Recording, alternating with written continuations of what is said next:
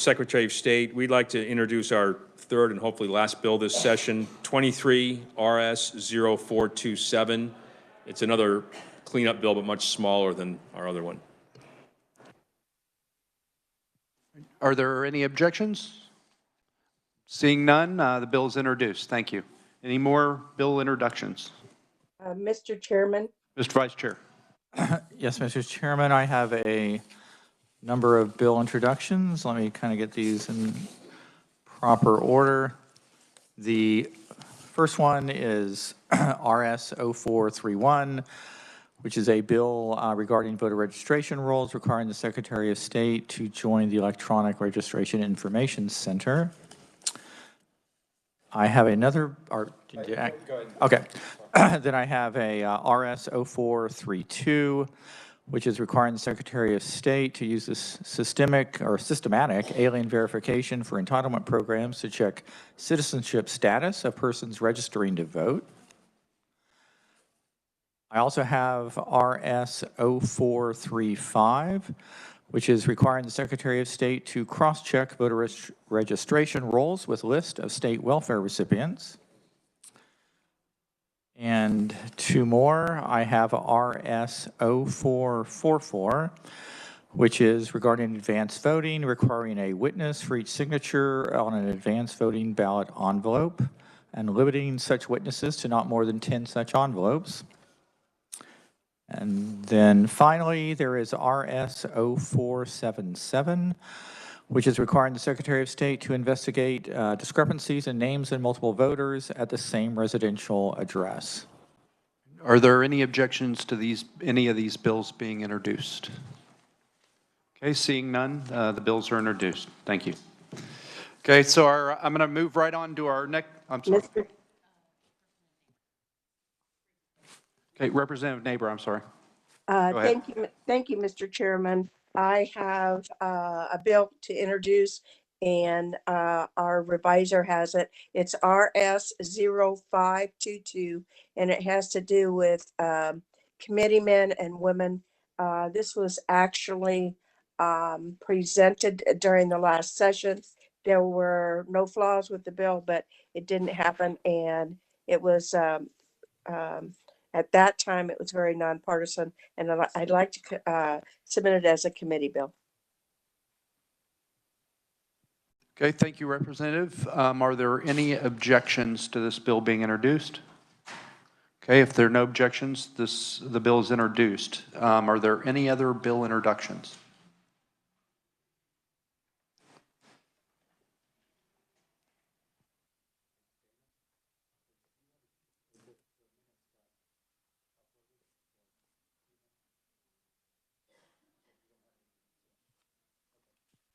All right, sorry, a little bit of business there. All right, so if the next order of business is informational briefing from the Executive Director of Governmental Ethics Commission, Mr. Mark Skoglund. Ms. Skoglund, thank you for being here today, and we look forward to your briefing. Thank you very much. I definitely appreciate the opportunity to be here today. So thank you, members of the committee. Thank you, Mr. Chairman. I've provided the 2022 annual report in your materials. So that's the document we're going to go through. Essentially, it spells out what we do in a normal fiscal year. So the 2022 annual report covers and gives you a brief look at all of the things that the Ethics Commission does. At the end of the document, there is a discussion of our legislative recommendations for this year, as well as a couple appendices with some extra information. That's usually where I get a lot of questions, but if you have questions before then, obviously with discretion of the chair, just let me know. You're not interrupting me, like calling a timeout when a 3 is in the air, just hypothetically. Not that I'm a little upset about that, it's fine. Though first on the annual report, we're going to start actually on page 6. Everything before that is a discussion of our budget, our staff, the commissioners, things like that. On page 6, you get the first look at some of the things that we do. And the first thing, because it's our first priority, is education and public awareness. One of the things that we do is we make sure that people are trained essentially on what their ethics obligations are. They know what the gift laws are, their conflict of interest rules, etc., and making sure that people know how to comply with those laws. In fiscal '22, we made 16 presentations. My goal next year is actually to be discussing, rather than number of presentations, but number of people who are receiving the training. I think that's a more helpful number. In reality, this number is in the hundreds. I just gave a couple trainings yesterday to the entire insurance department staff, for example. Normally in a year, I'll give a training to the entire attorney general staff as well. So we're talking hundreds of state employees that get trained on ethics laws every year. We will we're in the process of finalizing electronic training. So for the first time, we'll be able to train state employees no matter where they are in the state. They don't have to be physically present with me, which means I don't have to drive out to wherever they are to actually be able to train them. On page 7 is a brief discussion of advisory opinions. Some of you, if you've ever requested one, you know a little bit about the process. But anyone subject to any laws under our jurisdiction can ask for a formal advisory opinion of the commission. And if you do, and you follow what the advisory opinion says, you are deemed by law to have followed the law. We issued 5 opinions in fiscal year '22. There's an appendix that will discuss what those opinions outlined. They can be a number of different things. Some of our more complicated ones usually involve local conflict of interest issues that are very fact-dependent. We issued one, not this last fiscal year, but a couple years ago, that required paid-for attribution on text messages, for example. So there's a lot of different parts that are addressed in advisory opinions. On page 8 is campaign finance. Now, this is a little confusing because we just got done with an election. Because our report is handled by fiscal year, this does not actually include the previous election. It only includes the January 10th, 2022 report. And on that report, there were 1,462 receipts and expenditures reports that were filed that year. And you can see the number of candidates that affects. But the next year's report will include not just the number of reports that include the election, but also we'll discuss all of the campaign finance data that we've processed from that election as well. Below that, there's a brief mention of audits. We do audits generally in 3 categories. We did 6 campaign finance audits in fiscal year '22. There's 3 categories of audits. There's voluntary audits, which comprises the majority of our audits, where someone can't find what's going on in their account. They've done everything they can, and they want us to help, and we essentially conduct a full audit. There's an investigatory audit, which we can do as well. And then we also can do random audits as well, that if someone is drawn for a random audit, then all of the opponents in that race are also audited, and we can conduct audits that way as well. You've got some statistics there from campaign finance. Again, this is about the January 10th, 2022 report on page 9. You'll note that those of you who get really concerned about getting error and omission notices when a small error might have occurred on your campaign finance document, just note in just the January 10th, 2022 report, we sent out 202 of those on 1,400 and on 1,400 reports. So you are not in bad company here if you've gotten one of those. They're very common. We're struggling to find the document that you said that we should have. Was that with the agenda, or where would we? I don't know that any of us. Yeah, okay, so, what he's talking yeah, about. it's uploaded on the elections committee page. If you go to testimony or committee testimony for this day, it's uploaded there. Okay. And we're a paperless committee, so that's how all the materials will be available. And if you also have any trouble finding the document there, it's also on our website. We have the last 3 years of our annual report just on our home. Do you find it? Yeah. Okay. I was close. All right, so page 10 is where I'm at. We generally talk about statements of substantial interest as conflict of interest. All of you are well aware of the statement of substantial interest that I'm sure you're very excited about getting to file every year. Roxy in our office helps you all with that. I also file one. In total, 5,700 SSIs were filed in the state last year, and that's pretty normal. It's about what it normally is. On the next page, page 11, there's a discussion of lobbying. There were 598 lobbyists that were registered last year, representing almost 1,900 organizations, and they filed just over 5,000 expenditure reports. Obviously, all lobbyist expenditures are disclosed publicly. Anything that they spend on you, if they take you out to a meal, you know that your name is going to appear on a lobbyist report saying that you got a meal from a lobbyist. But what I think is particularly interesting here is a couple things. The first is if you look down in that bottom box with just some stats, the entire expenditures, all lobbying expenditures in the entire calendar year of 2021 was $448,000. In just the first 3 months of 2022, it was $555,000. This is still a little low from historical numbers, but 2021 is a kind of a wild aberration for how low the lobbyist expenditures were.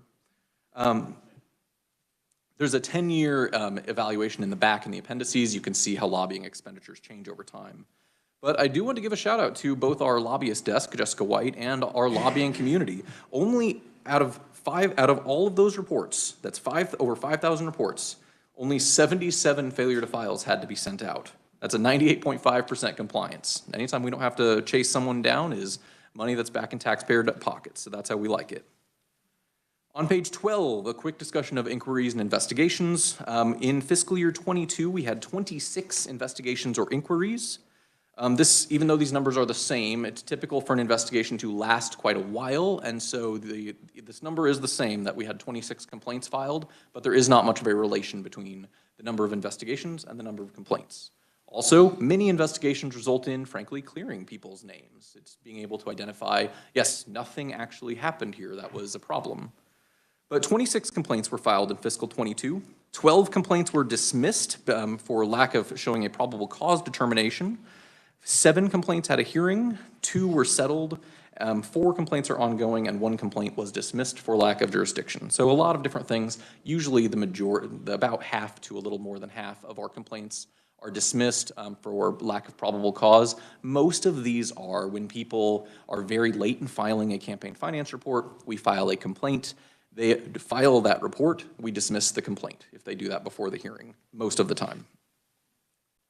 Below you have civil penalties and fines. Hopefully none of you have ever received a civil penalty for having a late report, but if you have, they're automatically assessed by statute.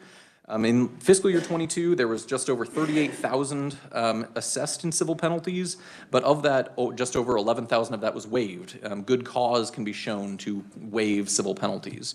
This can be anything from really anything that amounts to good cause. Medical waivers are very common, but we see the gamut of what people have experienced, and the commission is pretty understanding of those circumstances. On page 13, civil fines in the amount of $74,000 were assessed in fiscal 22 as a result of 10 civil fine hearings. 8 of these were because people had not filed their campaign finance report and it was still unfiled at the time of the hearing. One of them was an illegal lobbying issue that resulted in a fine of $28,750 for several years of illegal lobbying. And one was for a contribution that was received in session despite a previous warning not to do so. So mostly, and that was $250. Those of you who are concerned about receiving those contributions during session, this was an aberration. It's a different situation. If you've accidentally received a contribution from a business or a PAC during session, we'll just tell you to send it back. It's not a crisis situation. I can certainly take questions at this time before diving headlong into the commission recommendations, but I do want to mention that we do have those 2 appendices in the back. Appendix 1 is a discussion of the advisory opinions, and Appendix 2 is that 10-year data sheet of all lobbyist expenditures over the last 10 years broken down by category. But I know that most of the attention of this presentation usually is on the legislative recommendations, so now is probably a good time for a quick pause. Yeah, if you would go ahead and go into those, we'll do all the questions at the end, because I think some people got some questions. Yeah, there's a few. So first is electronic filing for state candidates. We think it should be mandatory. We are not submitting a bill on this year. This committee and the House in general put in quite a bit of blood, sweat, and tears and a great deal of work to make this bill a reality. Did a lot, I think, of very good work. Ultimately passed the House, but the Senate did not take up that issue. I don't see the purpose of engaging in quite all of that, having this committee do all of that work again for the same outcome. So this year we are not submitting that as a bill, but it is still a recommendation of the commission. I can't emphasize enough what this would do in terms of saving us time and money for our agency. Second is a cleanup mega bill, similar in form to kind of what the Secretary of State has done a few times, and is proposing again this year. This is cleaning up some of our statutes that, frankly, have had things come up from other statutes getting corrected. For example, A is just some extra text that was left in a bill at one point. B is actually correcting paid-for attribution on social media. Right now, it says that electronic paid-for attribution has to appear at the end of an electronic communication. But Facebook pages, for example, just scroll backwards forever. There is no end to the page.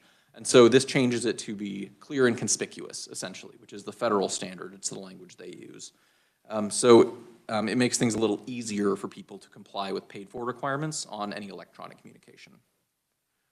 There's a procedural unintended consequence. There's currently something in law that says that if a complaint finds probable cause, they must set the hearing within 30 days. Realistically, the commission doesn't always meet every 30 days. Sometimes they meet every month. Sometimes the monthly meeting is more than 30 days apart.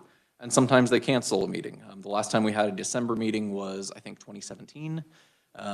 And so sometimes it's a little bit longer than that. The commission wants this to be 90 days to allow for still resolving issues quickly, but also making sure that the reality of how the commission meets is addressed. There's a straight up statutory conflict. And D, if you file an affidavit because you're not raising a lot of money or expending much for your campaign, that amount used to be $500. It was raised to $1,000. But there's a separate statute that says if you exceed the affidavit, you must go ahead and file your reports, essentially.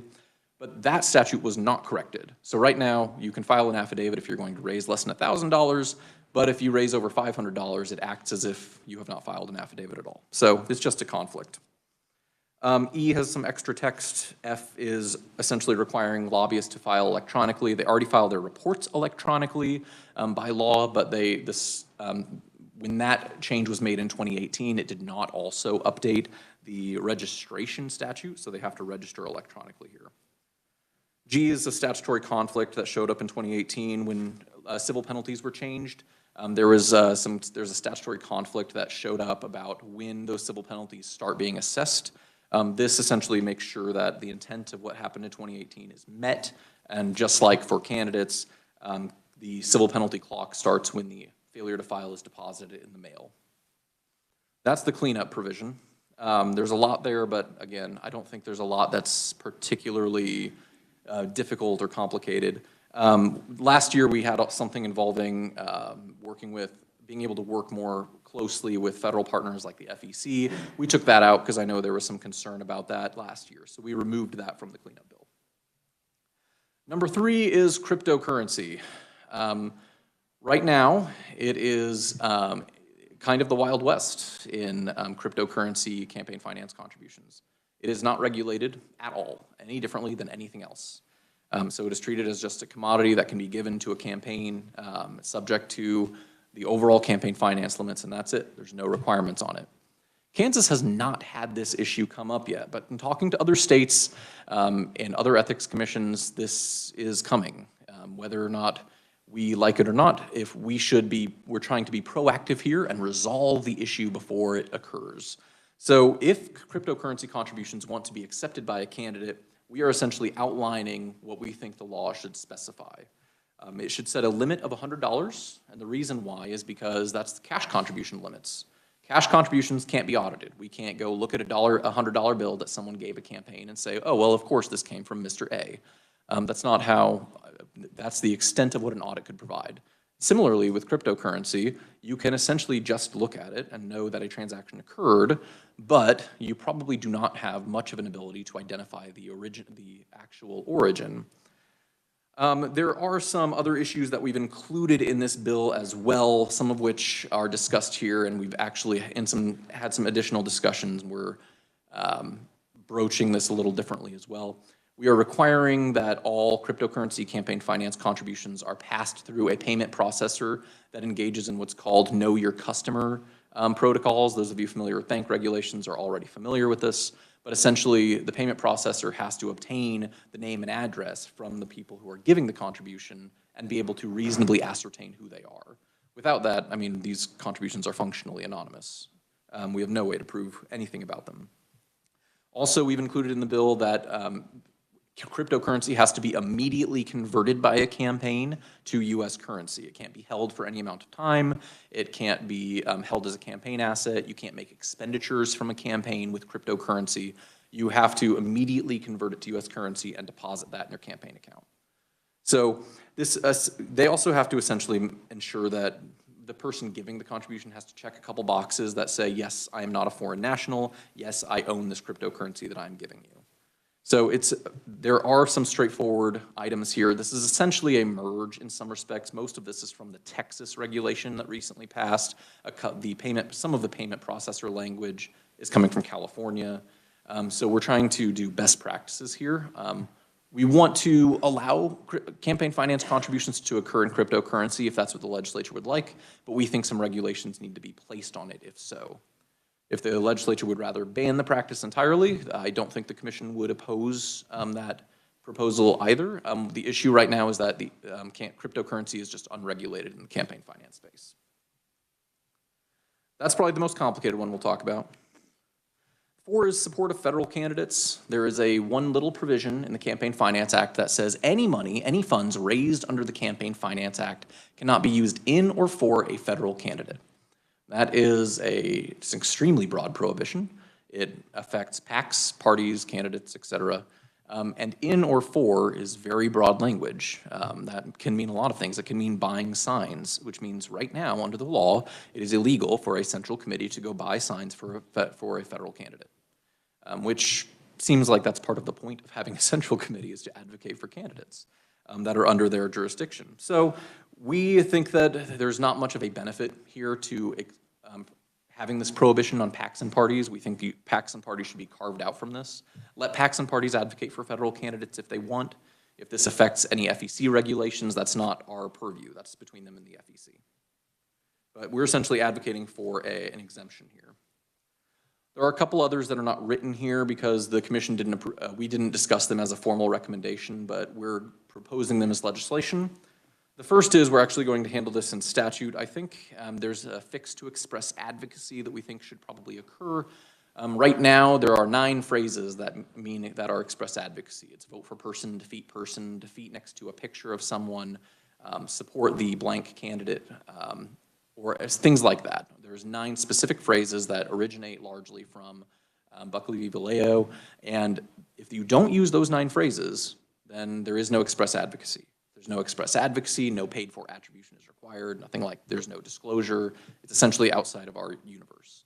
So right now, if you send a mailer that says, person A is great for the environment. When you go to the ballot box, please remember the environment. That is not express advocacy. It is very obvious what they mean and what they're intending, but that is not express advocacy. There's no attribution required. It's entirely outside of the realm of campaign finance.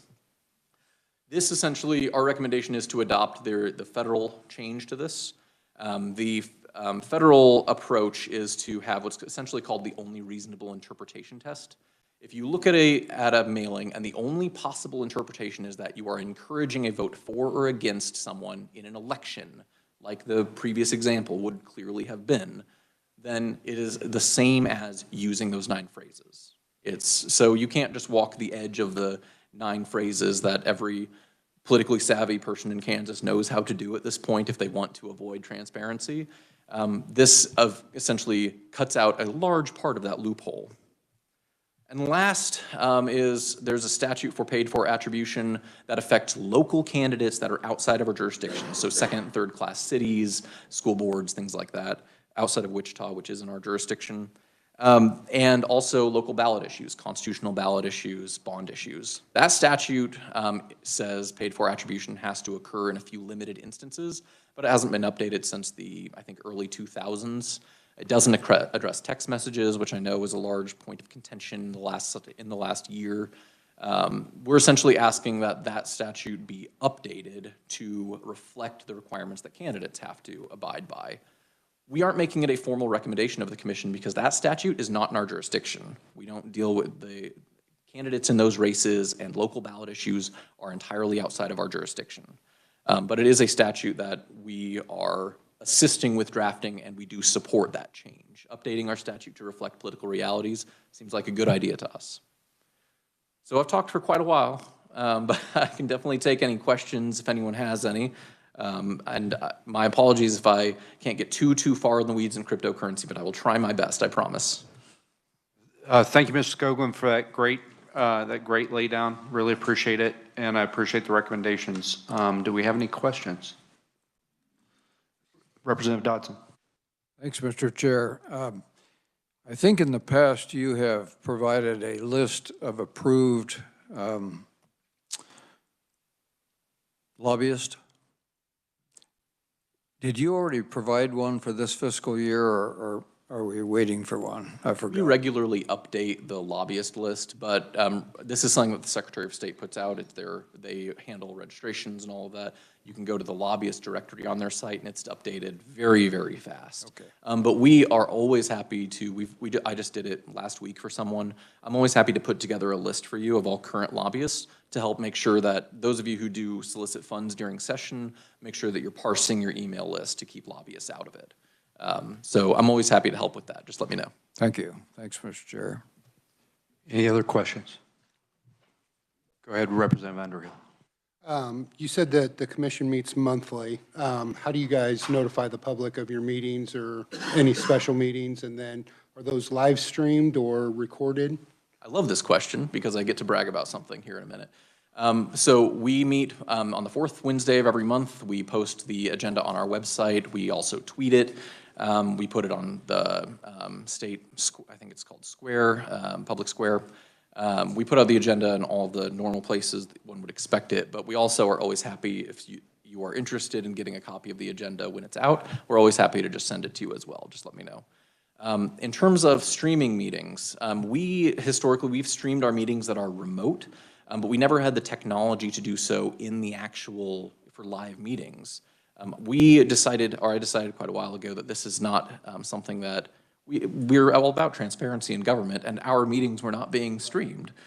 So we have started now, thanks to a grant from Inc. paying for all of it for us, we now have a very nice in-room webcam that's 360 and will focus on 3 people at a time, including a panoramic view as well. That we have Wi-Fi, which I know is something that you wouldn't think is something that we're adding in this year, but that is the nature of the beast. We do have Wi-Fi now. We have a laptop and a live jack, and we have a TV in the room that can allow people to show up remotely. So all of those are things we are starting this month. All of our commission meetings will be live streamed on our YouTube page. So it is a big change that we're very happy about. I appreciate that because I would have forgotten to mention that. Is that a link that you can share, or where do you guys put the link for your YouTube and that sort of thing? That way the public can know? Sure. So historically, we've put the link when it's available, which is usually just a little bit before the meeting. I'd like to do it more in advance, which just requires scheduling it out a bit.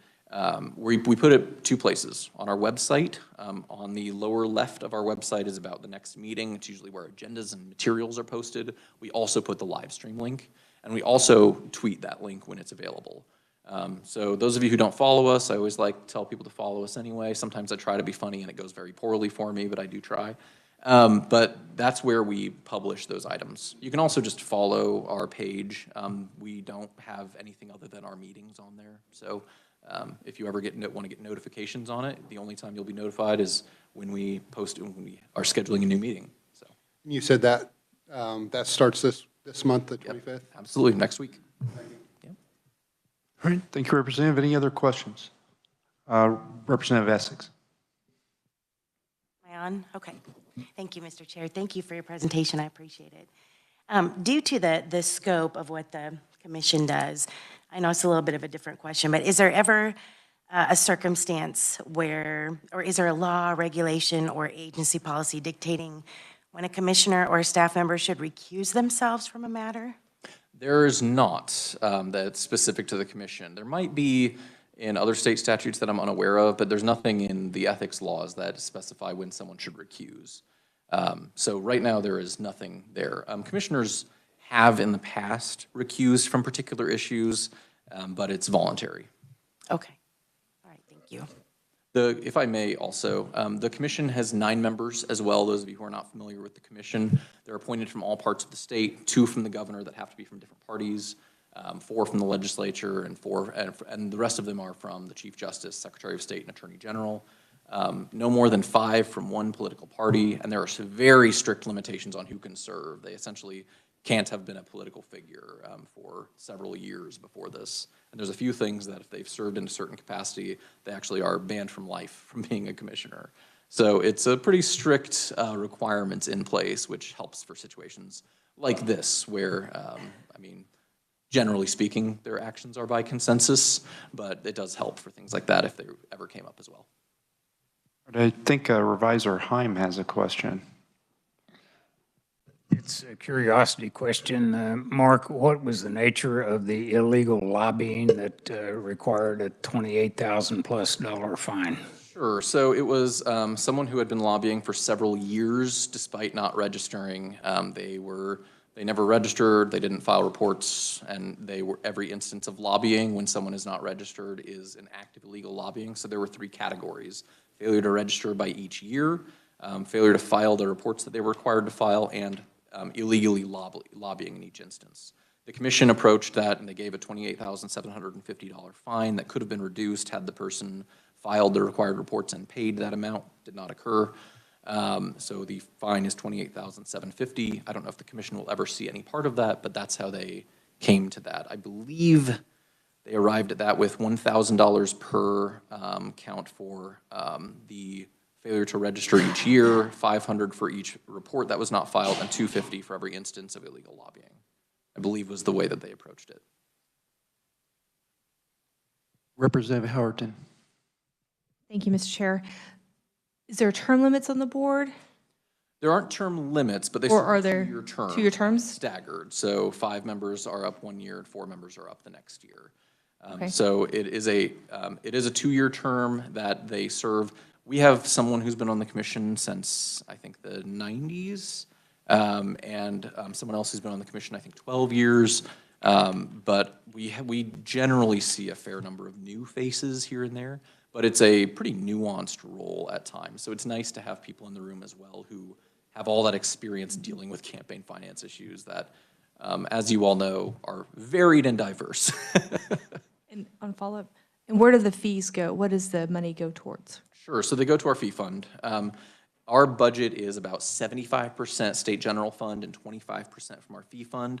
Most of our fee fund is funded through registration fees, but civil penalties and fees also get deposited in that fund. When we budget assuming that we will receive no penalties and fees, because we should not base our budget on enforcing fines against people. There's actually it creates a legitimacy problem. I was talking to, several years ago, what country were they from? Nigeria, I think? Their ethics commission was funded entirely by fines and fees. And so they experienced a pretty, as you might imagine, a pretty substantial legitimacy problem because they were perceived, and maybe accurately so, I don't know, of essentially just fining people for the sake of funding their commission. And that's not how we operate. So, Mr. Vice Chair, you have a question? You're in line. Yeah, no, thank you very much, Mr. Chairman. I was, just to follow up on his one questions about the commission, so you will be having, that we can watch the meetings starting, it's not up yet, is it? It's like, when does it first start?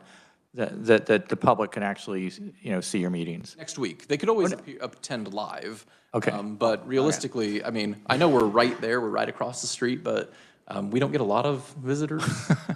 We got a lot more visitors when there were cats in the office. But we don't have those anymore, unfortunately.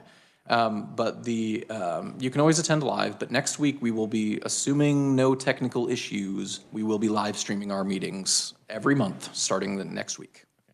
You, if I may. You also referenced, the qualifications for the commissions, and I know the commission is actually in statute and it has qualifications. Do you think the qualifications for commissioners, which are sort of outlined, I mean, should that apply to you, or how does that work? Sure. So the commission is the one who decides my role, essentially. But the requirements in statute are for commissioners to essentially not be political actors. They can't have been a legislator for, I think, 5 years. Okay. There's certain things that are 3-year requirements. And if I know serving on a central committee as chair or vice chair is a permanent ban from ever serving on the commission, for example. But there's different tiers depending on how political the activity was, I guess, when the legislature originally created these rules. Okay. And that creates a different cool down period that they must experience before they serve on the commission. I see. See, if I could, you also made a comment about on complaints, campaign violations. When somebody files a complaint, is that public record at all, as far as like who filed the complaint or is not? Great question. So when someone files a complaint, the first thing we do is we send a copy of that complaint to the respondent. But we otherwise are subject to extremely strict confidentiality requirements. Unless the commission finds probable cause to believe that a complaint expresses a violation of the laws, then it is confidential. We will not confirm or deny the existence of a complaint. At this point, I mean, we get calls not infrequently, especially during a campaign cycle, if a candidate claims to have filed a complaint against someone else. Media will call me and say, look, we know you have to give me your phrase, but just say it so I can quote it. And I get to say, we will not confirm or deny the existence of a complaint. So that's really what happens every time. The only time that we can discuss complaints is if the commission has found a probable cause and they set it for hearing. So there's usually 3 stages to a complaint. They'll review it for sufficiency to make sure that it's properly drafted, review it for probable cause. If they find probable cause, they'll set it for hearing, and then it becomes public. And what is the statute? Is there a statute of limitations for campaign finance violations? I mean, There is not. We actually just recently had thanks to a late discovery and some cooperative work, we actually just experienced a fairly lengthy issue involving campaign finance reporting violations from a party committee that went back over a decade. It was a very lengthy, serious misreporting issue that the commission had to resolve. But it's things like this that show why campaign finance violations are difficult to place like a statute of limitations on. okay, just one follow-up. Is there a statute of limitations for any other types of laws that you guys enforce? Or is that just on campaign finance violations where there's? In general, the commission doesn't have statute of limitations for items. Campaign finance, I think, is a little unique because those are late breaking. People don't, sometimes we find out about them quite a bit after the actual activity occurred. And frankly, we have one part-time investigator, so it's sometimes difficult to know at the time what's occurring. The other item that I'll note here as well is that sometimes these issues are a little difficult to parse out in a short term. So many of our issues are also crimes, they're misdemeanors. Now, if in order for a DA or county prosecutor to prosecute them as misdemeanors, the statute of limitations does apply to those items there. So we can fine whenever, but we're not prosecuting a crime in the commission.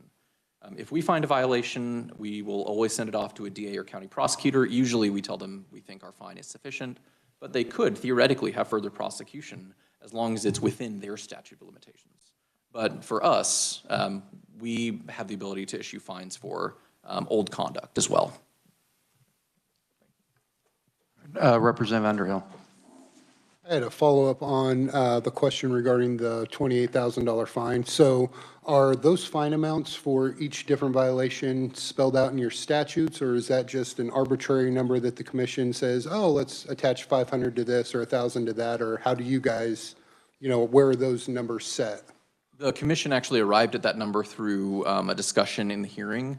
The respondent in that instance was not present, and so the amount they determined how much it should be. They could have assessed $5,000 for every single count, and they believed in that instance that this was the correct approach. Many of those counts and those amounts also could have been severely reduced had they filed their reports and paid within, I think they gave them 90 days for that one. So you don't have set penalty fees. It's just up to X number of dollars, and the commission just at their whim says, oh, let's fine that guy $250 for this one, whereas they might have fined somebody else $100 for that or $1,000 for that. There's just no rhyme or reason then? There is rhyme or reason, I would say, but there is the way that they approach these issues is much like any court. They're very fact dependent. The particular issues, the particularities of an instance might be different between instances. For example, if someone else had performed one act of illegal lobbying, would the commission fine them $250? Maybe not. If they showed up, they were reticent, they understood the issue, they may just send them a letter of caution instead. These issues, just like any issue in front of a court, are pretty fact dependent. I will say that with the maximum that can be assessed is $5,000 for a first time violation, 10 for a second, 15 for any third or further violation. But when someone has a non-filed campaign finance report, or a lobbying report, and they do not show up for a hearing, the typical approach many times is to assess the maximum with a serious reduction if they file that and pay the reduced amount within 30 days is usually what it is. Representative Howerton. Thank you, Mr. Chair. So what is the time frame on having a hearing?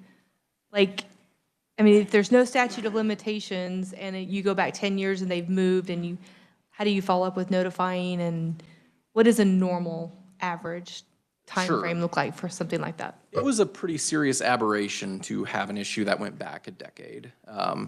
That was a unique instance that was brought to our attention. I could, Mr. Chair, I don't necessarily mean that instant, just for any current. Sure. So normally, if a complaint is filed, what happens is at the next meeting, the commission will review it for sufficiency. The meeting after that, so month 2, they'll review it for probable cause, and if they set it for hearing, it would be on the 3rd month. So the life cycle of a simple complaint is 3 months. But I will note as well that the items that are very difficult to investigate or are very complicated, there are other states that have investigations that go back a few years, just because complexity of some of these issues is very difficult. I know Missouri has had a couple investigations that have gone on quite a while as well. We have some lengthy investigations currently. There's a lot of balls in the air, essentially. And handling them all is, as you might know, pretty difficult to sort out sometimes. Just, is that complaints or is that fines for not filing? So what's the difference between that? Sure. So investigations don't always result in complaints. And we can file a complaint. Once a complaint is filed, you're usually looking at that 3-month window unless some further investigation is needed at that point. We typically do preliminary investigations. We determine whether or not we think a violation has occurred. If we don't think a violation's occurred, then we get to send letters to people saying, you didn't do anything wrong, congratulations, but here, we're not filing a complaint here, which is always our favorite thing to do.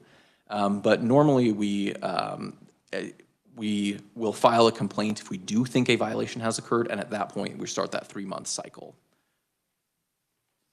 I will note as well, anyone can walk in our door with a complaint. 99% probably of our complaints are filed by me because most of them are failure to file issues or items that we have investigated.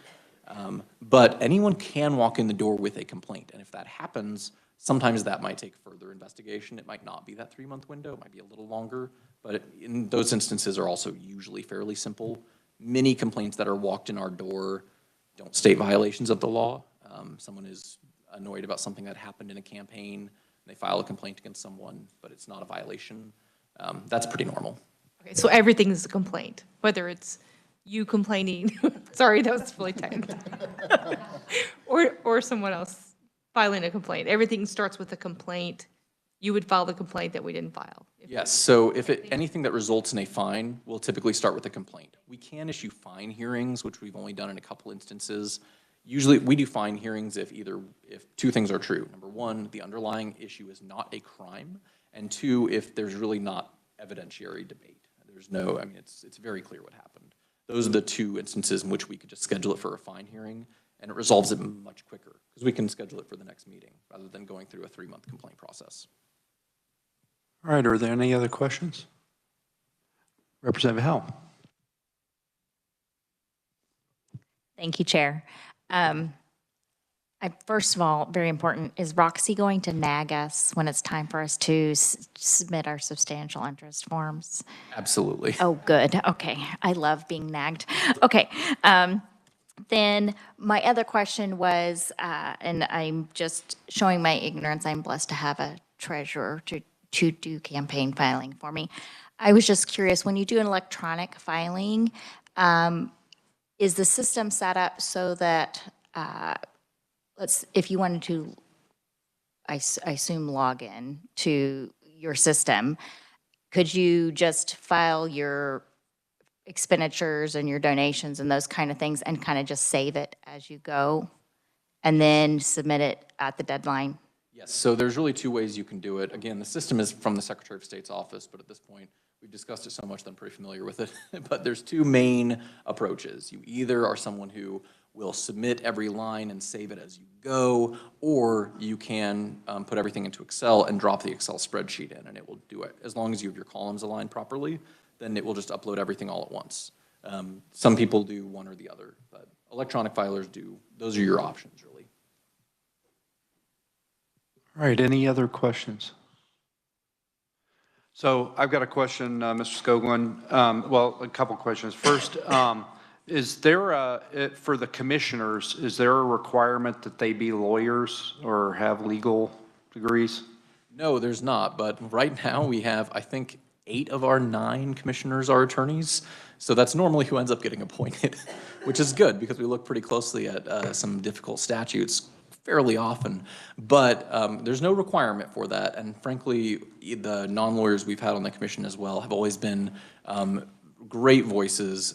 They dig into issues just like anyone else.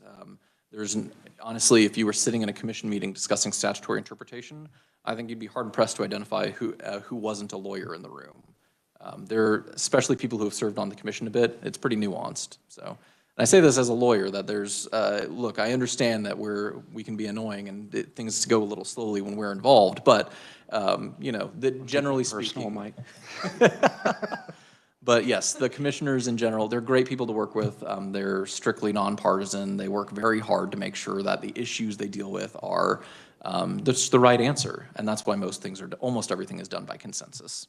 So first of all, thank you for what you do. Thank you for what your team does. They're very responsive, at least, you know, with candidate questions, treasurer questions. I really appreciate that. And so don't take this, please take this in the spirits intended. You're regulating a right, like a First Amendment right to speech, because the Supreme Court says political money is speech. And so, I mean, that's a pretty weighty thing, and I understand that your fines are not a lot of money unless you don't do something for years, apparently.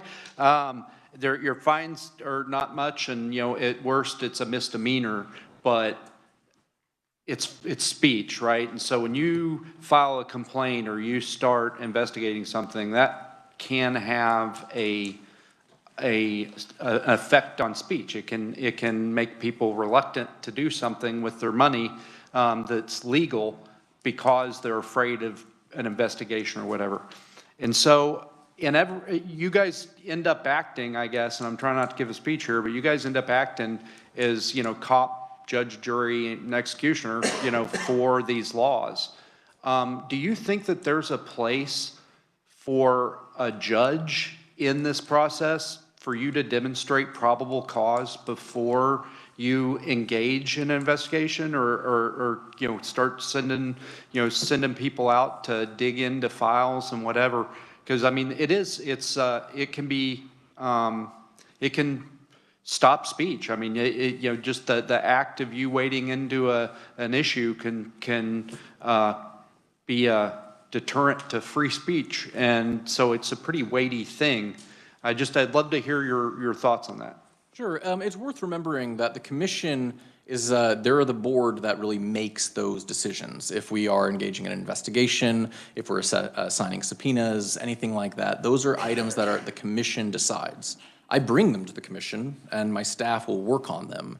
I have a part-time investigator who will investigate these issues, but these decisions are made by the commission, who have nuanced understandings of, frankly, difficult campaign finance, conflicts of interest, and gift laws that are not that easy to sort out, especially for people who haven't dealt with them before. Something as straight up as a straw donor scheme, for example, is something that might be a foreign concept to a judge. So there's a lot of different universes that it's important that the commission has that ability to handle these issues. And it's also important to recognize they don't always agree with me. I bring issues to them all the time. They not uncommonly will decide that there's nothing to investigate. They will reject an issue. They think that there's not a violation that I think maybe there is. These happen all the time, and it's that board that makes those calls, essentially. So I think it's important that that very independent structure is preserved with that level of expertise. It does help us quite a bit. So, in our system of governance, anybody who wields power has some kind of check on that power. What's the check on the commission? Any decision that is made by the commission can be appealed to a district court. So a judge does have a say in the process as well. If we assign a subpoena, then that someone objects to, a district judge is the one that will make that call. If we assess a fine that someone believes is not based on the facts, a district judge will make that call. So these can get appealed to Kansas courts in Shawnee County. And then ultimately the judiciary is the one that has the final resolutional step at that point, not the commission. And there have been a couple times the commission has been overruled. Back in, I think, 1999 or 1998, the old express advocacy test, that was just a totality of the circumstances test, was ruled too overbroad and vague. And so that test was essentially stopped. The commission advocated that they thought it was fine. It was overbroad. The commission lost in, I think it was a Kansas Supreme Court case, actually. Or no, it was a federal district court is what it was. The commission lost that. So the district court serves an important check on the commission, just as they would for almost any other administrative agency that operates in a similar capacity. All right, thank you for that. I appreciate it. Are there any other questions? Go ahead, Mr. Vice Chair. Thanks, Mr. Chairman. I'm kind of curious, as far as Kansas versus other states, do you guys kind of benchmark? I mean, as far as, do we have more campaign violations in our state than others? I mean, are we like a bad state? Are we, do you have like a broader perspective on that? This is just purely anecdotal because I don't have a table of data here to spit out from. But what I can say is Kansas is pretty forgiving. We obviously have a smaller population than many states, but we have a lot of issues that we have to encounter as well. But even comparably sized states, there are commissions that will assess fines for almost any violation of the laws, and we typically don't. We view things as education and prevention. For example, if one of you have ever gotten an overcontribution, you know what we do is we send you a letter saying, give it back. And this is true even if you've done it a few times. We'll send you a letter saying, give that money back, it's an overcontribution. There are states, and I think the FEC does this pretty regularly as well, that will fine for every instance that happens. And we're just not that way. It's not how we operate. So generally, we focus on prevention and education. We deter from that when we view something as either severe or intentional conduct. But generally, we really try to avoid fines anytime we can. 10 civil fines in 1 year is a little high for Kansas, but that's pretty drastically low for similar states, just anecdotally. One other question. I did want to ask about the crypto. So have any candidates received crypto that you're aware of, or has that come up? We got the question in 2018. The commission met 3 times to discuss the issue and ultimately gave informal guidance that said, essentially, just please don't.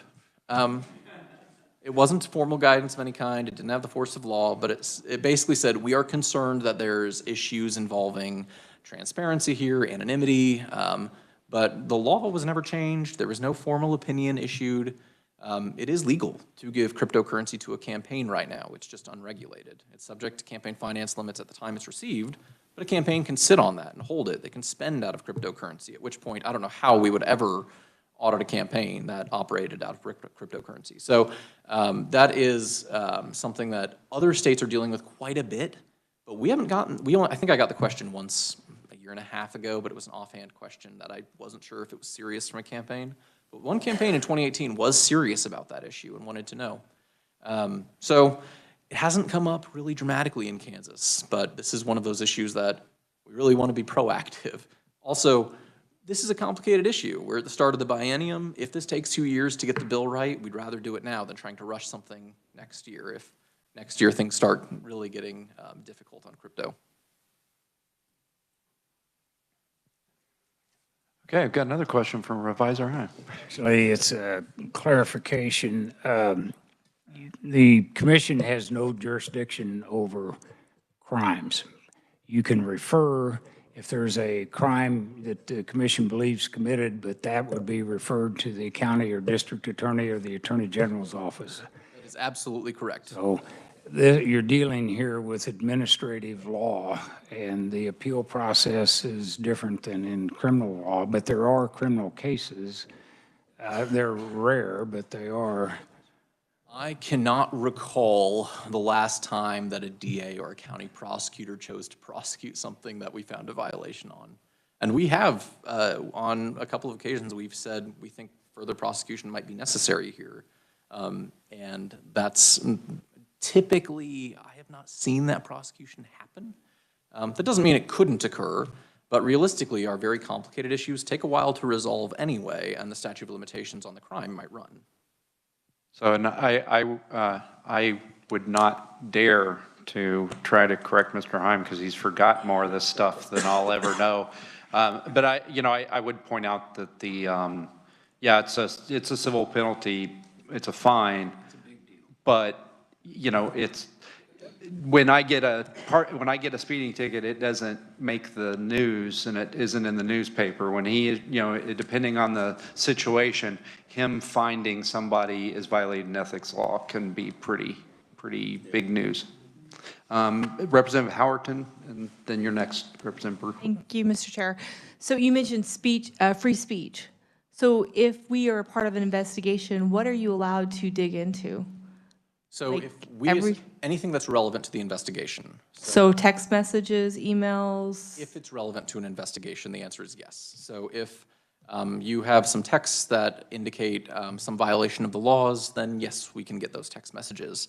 In fact, without that, it would be frankly impossible, I mean, flat out impossible to prove many violations of campaign finance and especially ethics laws. I just say that for the benefit of new people that. Yes, the laws do allow us in an investigation to essentially, through our subpoena power, obtain documents and records that are relevant to an investigation. That can be very important because, frankly, some very serious violations can only be discovered through those sorts of communications. So, for example, if let's say a legislator accepted a campaign finance contribution that was in exchange for some official action, a quid pro quo.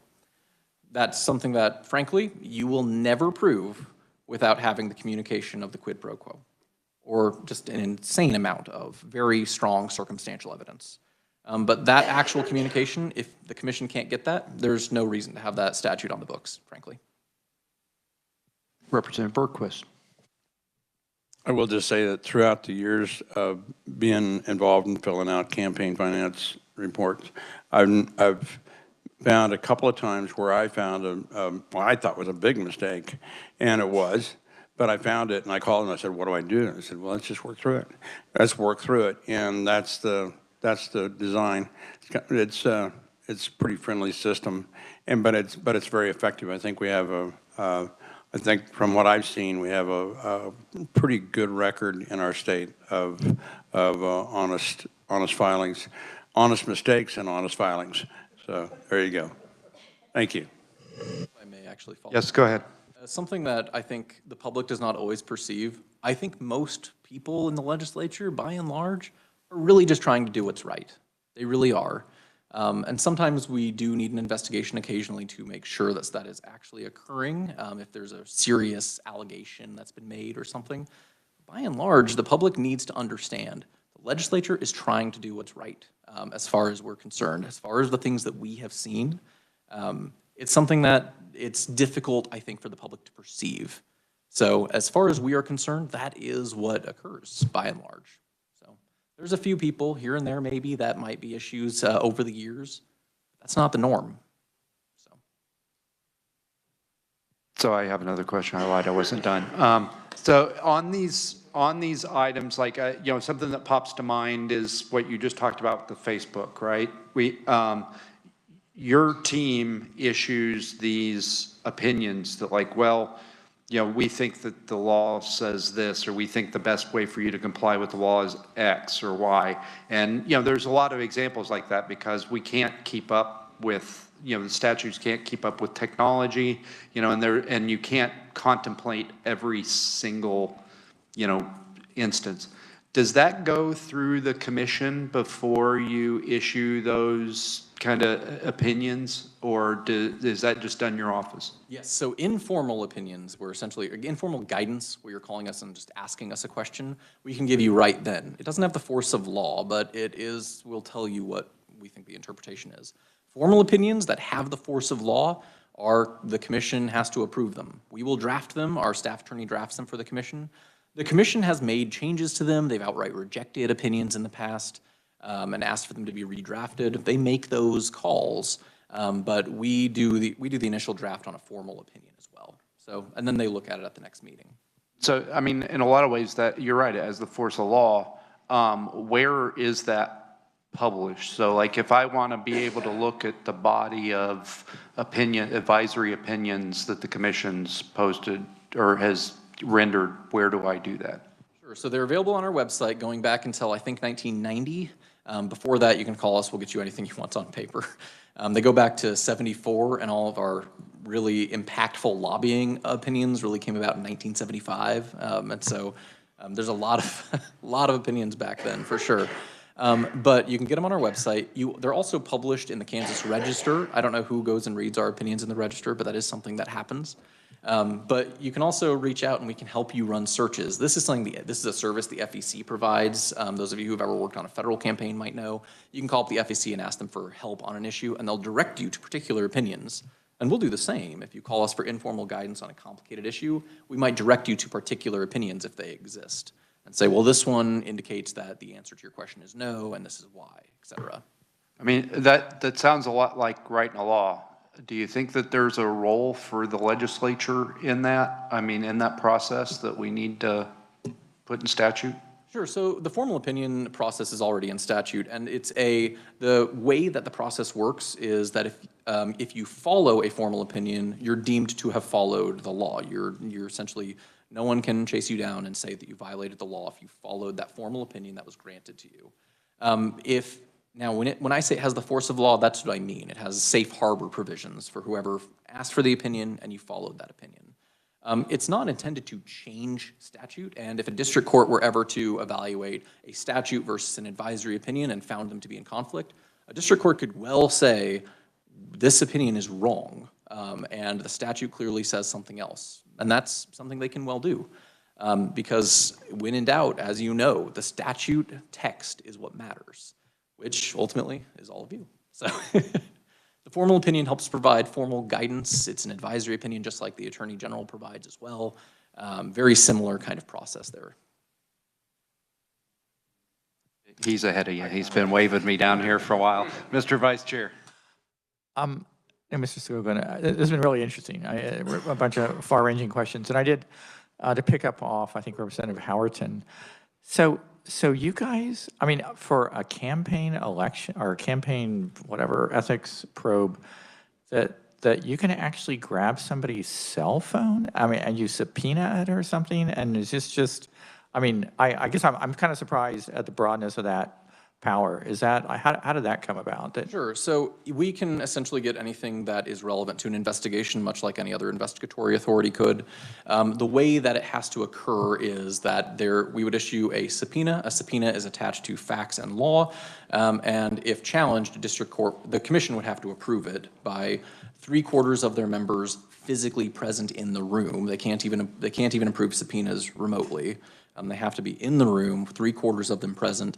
If challenged, a district court would have to agree that it was properly, that the subpoena is supported properly as well. So if, for example, we were trying to get text messages that we think are supportive of evidence of a crime, or not a crime, but a violation of the campaign finance law, and a district court looks at it and says, we don't think that's right, we don't think you established the right foundation, or what have you, they can overrule the commission. They'll quash the subpoena.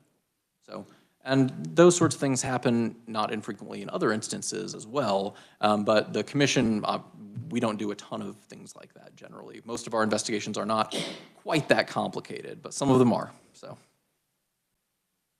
So Representative Underhill's got you beat, so go ahead. So just for clarification, you file a complaint for a county commissioner that because they didn't file a report, they don't respond to you, this and that, you deem, hey, we need help enforcing this, you send it to the county attorney whose budget is controlled by said county commissioner to then prosecute for a misdemeanor? No, so what we do is if someone doesn't file a report, say, because that's most of our complaints, frankly. We will, first you get a civil penalty, it's assessed by statute, we send you a notification. You've already received a failure to file at that point. Then if it's still not filed after a month and a half, we'll file a complaint. The person would get a copy of the complaint. If it's still not filed, they would get a copy of the next month's meeting that the commission found sufficiency and they have an opportunity to be heard for probable cause. Then the next month they would get a notification that the commission has found probable cause. And then at the next month there would be a hearing. At that hearing, they would determine whether or not a fine is necessary. Usually it's not if the person has filed their report by that time. If they find a violation, we are obligated by law to send that to a DA or county prosecutor, but in almost all instances, we specifically do not recommend further prosecution of any kind. Not that a DA or county prosecutor would do that anyway, likely, given our experience, but we are required to just notify them, essentially. Representative Howerton. Thank you, Mr. Chair. Who issues the subpoenas? Is it a judge? So the subpoenas are, if we have a subpoena that needs to be issued, then the commission is the one who has to approve them in executive session. They would approve the subpoena, they would get sent to the particular individual. If the individual challenges the subpoena, then it's heard by a judge at that point. Are there any other questions? Oh, Representative Howell. Since we're asking 3 million questions, thank you, Chair, by the way. I think mine's pretty easy. I have heard anecdotally that if we were to make a mistake and send a fundraising email from our state laptop, that's just pretty much an automatic fine. Not necessarily.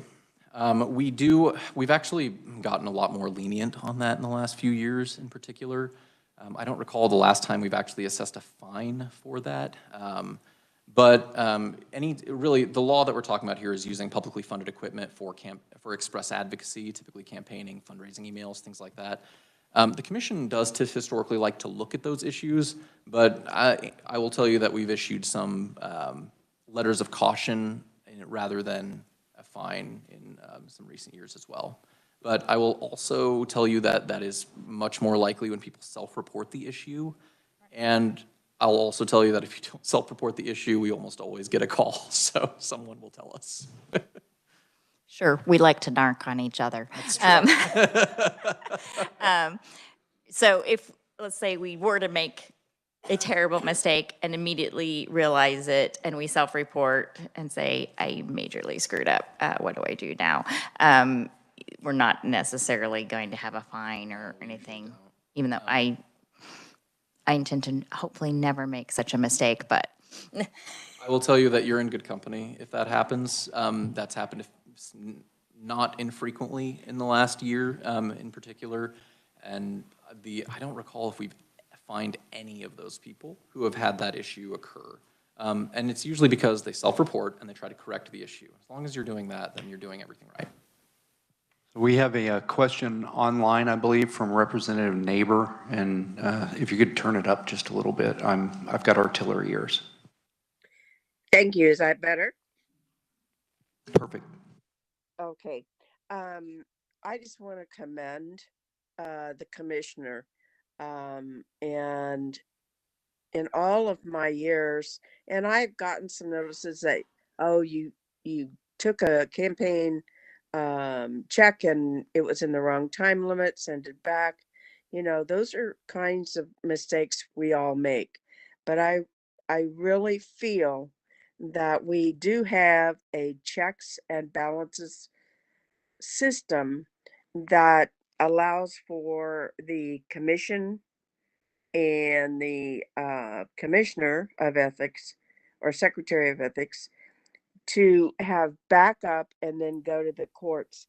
And I respect the fact that they are probably one of the most lenient groups as far as fining is concerned, and they are more than willing to work with any candidate or any committee and help them understand they are there to educate, not to condemn or make money. And I think we need to say thank you for a job well done.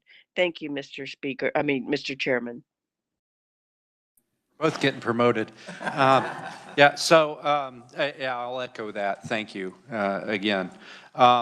So I think I know the situation you were talking about where you went back way long time. Like in the instance of a central committee, probably the people who are in charge now are not the people who were in charge a decade ago. What does the statute say about who gets the fun letter? So if, for example, something needs to be corrected on a report, then it's whoever is the current treasurer. But if we're talking about enforcing a violation that occurred at the time, it's whoever was serving at the time. Now, generally speaking, this, again, normally we don't deal with issues that are that old that we have to then go back and determine an enforcement proceeding. It's worth noting that even in that instance, which was severe enough that we had to actually have a hearing on the item, despite it being a fairly old conduct, it was something that we addressed it as a fine hearing, not a complaint. We didn't file it as intentional misreporting. We filed it as a reporting violation. You made an error, essentially, and that was how the commission approached it as well. So the commission is understanding of these issues when they occur, and when they're older issues like that, even with pretty serious severity, they are understanding of the particular issue.